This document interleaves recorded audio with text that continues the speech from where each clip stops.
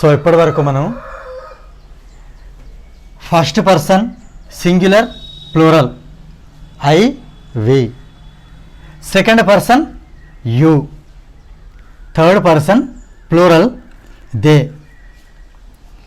ఇవి వచ్చినప్పుడు సబ్జెక్ట్గా అవి వచ్చినప్పుడు మనం డైరెక్ట్గా బేస్ వర్బ్ అంటే వర్బ్ 1 అని చెప్పాము. ఇది రాసి ఆబ్జెక్ట్ రాసేయచ్చు అనేది నేర్చుకున్నాం. ఒకవేళ third person singular he, she, it ఇవి వచ్చినట్లయితే సబ్జెక్ట్కి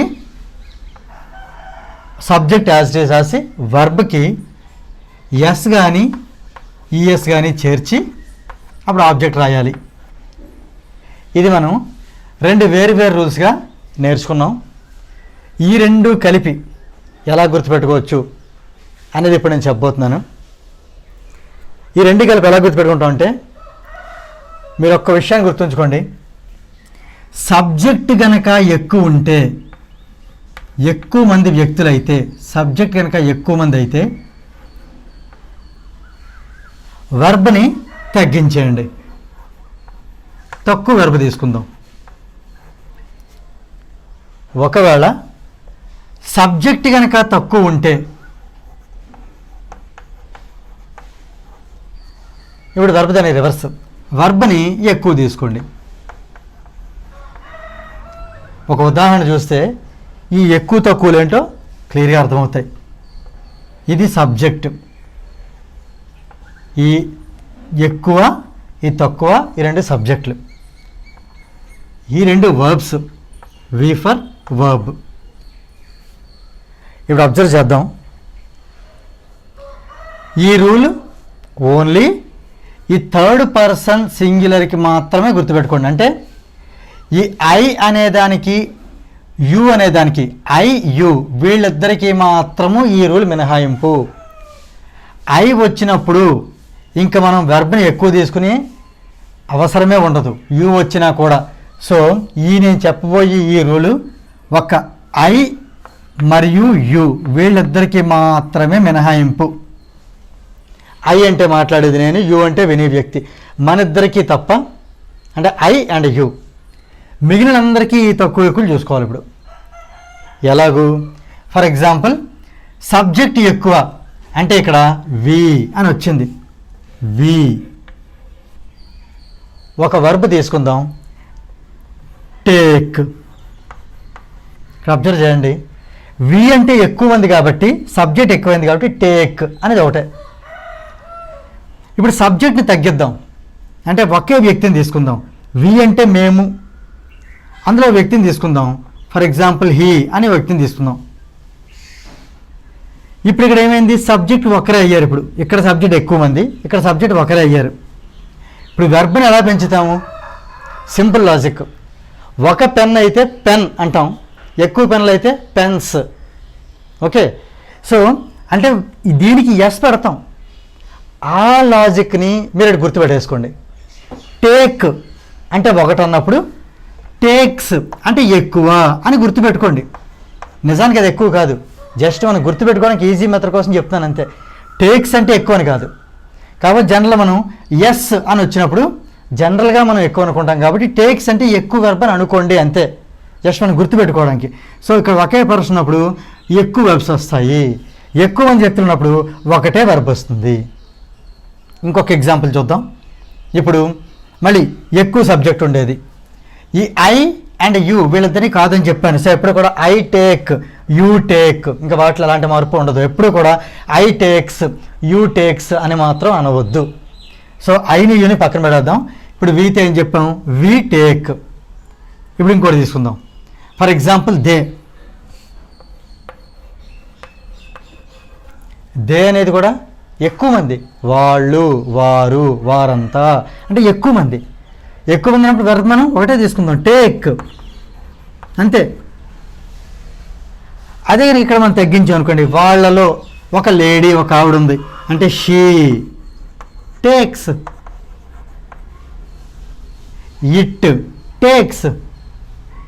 ఇప్పుడు మీరు ఏ పేరైనా తీసుకోండి, ఆ వ్యక్తి ఒక వ్యక్తి అయితే ఒక్కటే, అంటే సబ్జెక్ట్ తక్కువ అయితే వెంటనే వెర్బ్ క్యాస్ పెట్టేయండి. అంతే, సింపుల్.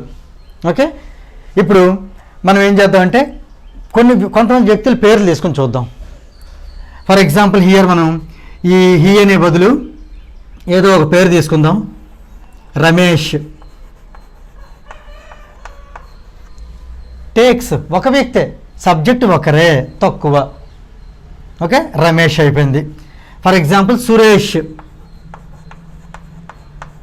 ఇది కూడా టేక్స్. ఇప్పుడు వీళ్ళిద్దరూ కలిపి అన్నప్పుడు మళ్ళీ ఎక్కువ అవుతారు. ఒకటి కన్నా ఎక్కువ ఎంతమంది ఉన్నా కూడా మళ్ళీ ఇక్కడికి వచ్చేయాలి. Ramesh and Suresh take. Okay, same way ఇలా ఇదే విధంగా ఫర్ ఎగ్జాంపుల్ ఒక అమ్మాయి పేరు తీసుకుంటే, ఒక అమ్మాయి పేరు ఏదో పేరు తీసుకుందాం సింపుల్గా ఉండేలాగా. సరళ. ఒక అమ్మాయి కాబట్టి సరళ టేక్స్. రమేష్ అండ్ సరళ టేక్. ఓకే, సో మీరు జనరల్గా అబ్జర్వ్ చేస్తూ ఉంటారు, ఎక్కువ ఈ పెళ్ళి దగ్గర కూడా బ్యానర్ అబ్జర్వ్ చేస్తే సపోజ్ రమేష్ వెడ్ సరళ అని ఉండదు. రమేష్ అంటే ఒక వ్యక్తే కాబట్టి వెడ్స్ సరళ, లేదా సరళ వెడ్స్ రమేష్. ఎలాగైనా కూడా ఒక వ్యక్తి అయినప్పుడు వెర్బ్ కంపల్సరీ ఎస్ అనేది వస్తుంది. ఎక్కువ మంది వ్యక్తులుగానైతే మట్టుకు వెర్బ్కి ఎస్ రాక్కర్లేదు. ఓకే, ఫర్ ఎగ్జాంపుల్ ఇప్పుడు చూద్దాం, ఒక ఎగ్జాంపుల్ ఒకటి చూద్దాం. మేము స్విమ్మింగ్లో పార్టిసిపేట్ చేస్తాము. మేము అంటే వి, ఎక్కువ మంది. Participate, we participate in swimming. They participate in swimming. ఇక్కడికి వద్దాం. He participates in swimming. She participates in swimming. So for example మీకు ఇద్దరు పిల్లలు ఉన్నారు, ఇద్దరు పెయింటింగ్లో పార్టిసిపేట్ చేస్తున్నారు. ఒక పిల్లడి గురించి చెప్పాలి అంటే our child participates in painting competition. ఇద్దరు గురించి చెప్పాలంటే our children participate in painting competition. All our classmates అంటే క్లాస్మేట్స్ అందరూ అంటే సబ్జెక్ట్ ఎక్కువైంది. Okay, participate in the painting competition. Okay, all our classmates secure good marks. I secure good marks. My friend Venkatesh secures good marks. My friends Nitin and Venkatesh secure good marks. So ఇప్పుడు మీకు అర్థమైంది అనుకుంటున్నాను. ఎప్పుడైనా మనం subject ఎక్కువైనప్పుడు వెర్బను తగ్గించుకున్నా కరెక్టే, subject తక్కువైనప్పుడు వెర్బను పెంచుకున్నా అది కరెక్టే. కానీ ఐకి యూకి మట్టుకు ఈ రూల్ అనేది వర్తించదు. ఇప్పుడు దీని మీద బేస్ అయ్యి మనం కొన్ని ఎగ్జాంపుల్స్ చూద్దాం. ఇప్పుడు సింపుల్ ప్రెజెంట్ టెన్స్ని మనం రోజువారీ అలవాట్లకి వాడుతాము అని తెలుసుకున్నాం. దాంతోపాటు సబ్జెక్టు ఏది వస్తే వెర్బ్ దాన్ని ఎలా మార్చుకోవాలి అనేది కూడా చూసుకున్నాం. ఇప్పుడు మనం ఏం చేద్దామంటే పొద్దున్న లేచి ఒక వ్యక్తి చేసే పనిని ఒకదాన్ని ఉదాహరణగా తీసుకుని దానికి మనకు తెలిసిన సబ్జెక్టులందరినీ పెట్టి ఆ వాక్యాన్ని ఎలా చెప్తామనేది ఇప్పుడు మనం ట్రై చేద్దాం.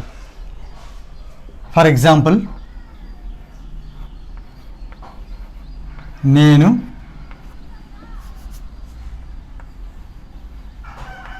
టీ తీసుకుంటాను లేదా తాగుతాను, ఏదైనా పర్వాలేదు.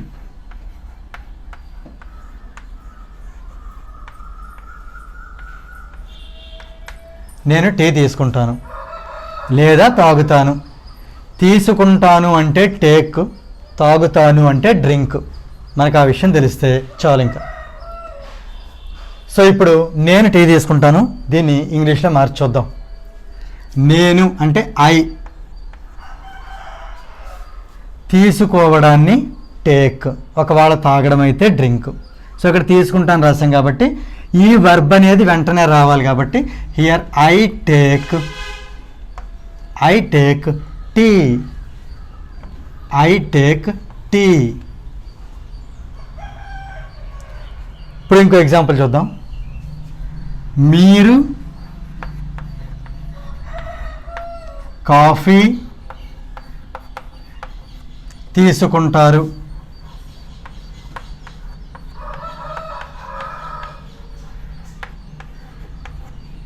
దీన్ని మారుద్దాం ఇప్పుడు. మీరు లేదా నువ్వు, ఎవరైనా సరే ఇంగ్లీష్లో you. So you take coffee. You take coffee. మేము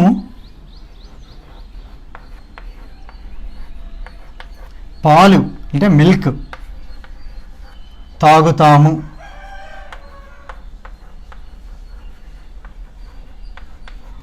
లేదా తీసుకుంటాము. యాక్చువల్ అయితే త్రాగుతాము, కానీ జనరల్ మనం త్రాగుతాను కదా, తాగుతాము. సో ఇప్పుడు దీన్ని మారుద్దాం. మేము వి తాగడాన్ని drink. We drink milk. We drink milk. అతను, ఈ అతను బదులు మనం ఏ పేరైనా పెట్టుకోవచ్చు, ఎవరి పేరైనా పెట్టుకోవచ్చు. అతను గోరువెచ్చటి నీరు, గోరువెచ్చని నీరు తీసుకుంటాడు.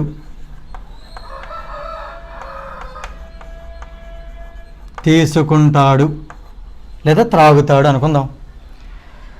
అతను అంటే హీ, తీసుకోవడం టేక్, గోరువెచ్చని నీరుని ఏమంటే Luke warm water. So he take Luke warm water అనేది కరెక్టా? మనం ఒక్కసారి ఆలోచించుకుని రాయటమే. ఇక్కడ వరకు ప్రాబ్లం లేదు. ఎందుకు ప్రాబ్లం లేదు? ఐకి యూకి వెర్బ్కి ఎలాగ ఎస్ రాదు, నో ప్రాబ్లం, మనం పెట్టలేదు, పర్వాలేదు. వి అనేది ఎక్కువ కాబట్టి ఇక్కడ వెర్బ్కి కూడా ఎస్ పెట్టలేదు, బాగానే ఉంది. మరి ఇక్కడ అతను అంటే ఒక వ్యక్తే కదా, మరి సబ్జెక్ట్ ఒకరే ఉన్నప్పుడు మనం వెర్బ్కి ఏం చేయాలని చెప్పాము? ఎస్ కానీ ఈఎస్ కానీ పెట్టాలి కదా.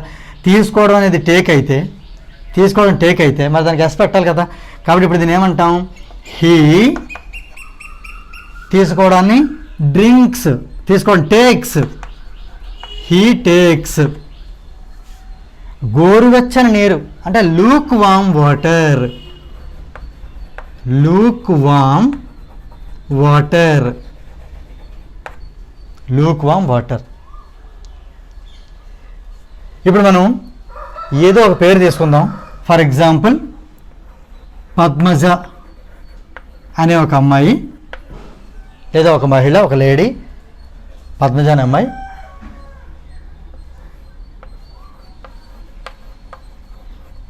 గోరువెచ్చని నీటితో, గోరువెచ్చని నీటితో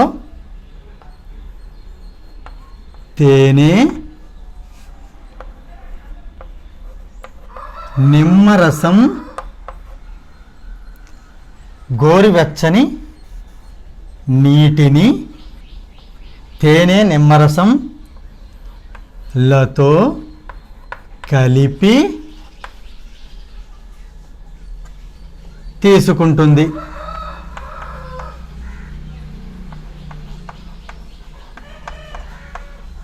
ఇది ట్రై చేద్దాం. ఇందులో మనకు కావాల్సిందండి ఫస్ట్ సబ్జెక్ట్. అంటే ఎవరు? ఇక్కడ పద్మజ అనే అమ్మాయి సబ్జెక్ట్. మన subject first రాసేద్దాం, Padmaja.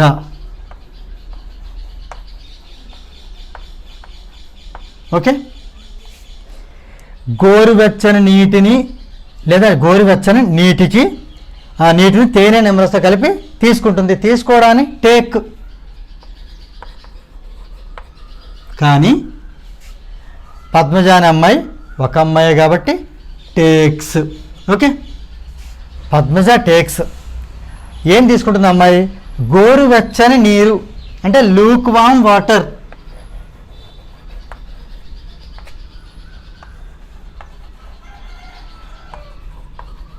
Luke warm water. దేనితో కలిపి తీసుకుంటుంది? తేనె మరియు నిమ్మరసం. అంటే మనం ఏంటి రాద్దాం? తేనె అనడానికి ఏమంటాం అంటే హనీ, మరియు అంటే ఎండ్ నిమ్మరసం. అండ్ నిమ్మరసం అంటే నిమ్మకాయ ముక్క. దాన్ని మనం ఏ పీస్ ఆఫ్ లెమన్ అని రాయొచ్చు, లేకపోతే లెమన్ అని రాయొచ్చు, ఏదైనా కరెక్టే. A piece of lemon. ఇక్కడ అబ్జర్వ్ చేయండి, ఏదైనా వదిలేసామా చూద్దాం. Padmaja takes lukewarm water, honey and a piece of lemon. ఇందులో జాగ్రత్తగా అబ్జర్వ్ చేయండి. పద్మజ రాసాము, లూక్వామ్ వాటర్ అంటే ఈ గోరువెచ్చని నీరు రాసాము, తేనె అంటే హనీ రసం, నిమ్మరసం అంటే ఈ పీస్ ఆఫ్ లెమన్ రసం, తీసుకోవడానికి టేక్స్ అండ్ రసం బాగానే ఉంది. ఇక్కడ అబ్జర్వ్ చేద్దాం, ఈ తో అంటే వీటితో కలిపి, ఈ తో అనేదాన్ని ఏమంటాము? తో అనేదాన్ని ఇంగ్లీష్లో విత్ అంటాం. విత్. ఇంకా క్లియర్గా కావాలంటే వాటితో కలిపి అంటే అలాంగ్ విత్. ఈ కలిపి అనేది దీంతో వస్తుందన్నమాట. తెలుగులో మ్యాక్సిమం చాలాసార్లు వెనకన ఉన్నది ఇంగ్లీష్లో ముందుగా రాయటమే. సో ఇప్పుడు నేను నా ఫ్రెండ్తో వెళ్ళాను, ఓకే, వెళ్తాను, నేను నా ఫ్రెండ్తో వెళ్తాను. I go with my friend. With అంటే తో. అక్కడ మనం ముందు తెలుగులో మన ఫ్రెండ్ తర్వాత తో అంటాం, కానీ ఇంగ్లీష్లో విత్ అనేది ముందే చెప్పాలి. సో అలాంగ్ విత్, ఇది ఇక్కడ రాద్దాం. Along with. ఒకవేళ అలాంగ్ మర్చిపోయినా ప్రాబ్లం ఏం లేదు. సో మరొక్కసారి చూద్దాం ఇవి. నేను టీ తీసుకుంటాను, ఐ టేక్ టీ. మీరు కాఫీ తీసుకుంటారు, యూ టేక్ కాఫీ. మేము పాలు తాగుతాము, వీ డ్రింక్ మిల్క్.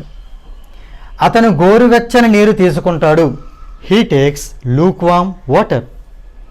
పద్మజ గోరువెచ్చని నీటిని తేనె నిమ్మరసంలతో కలిపి తీసుకుంటుంది.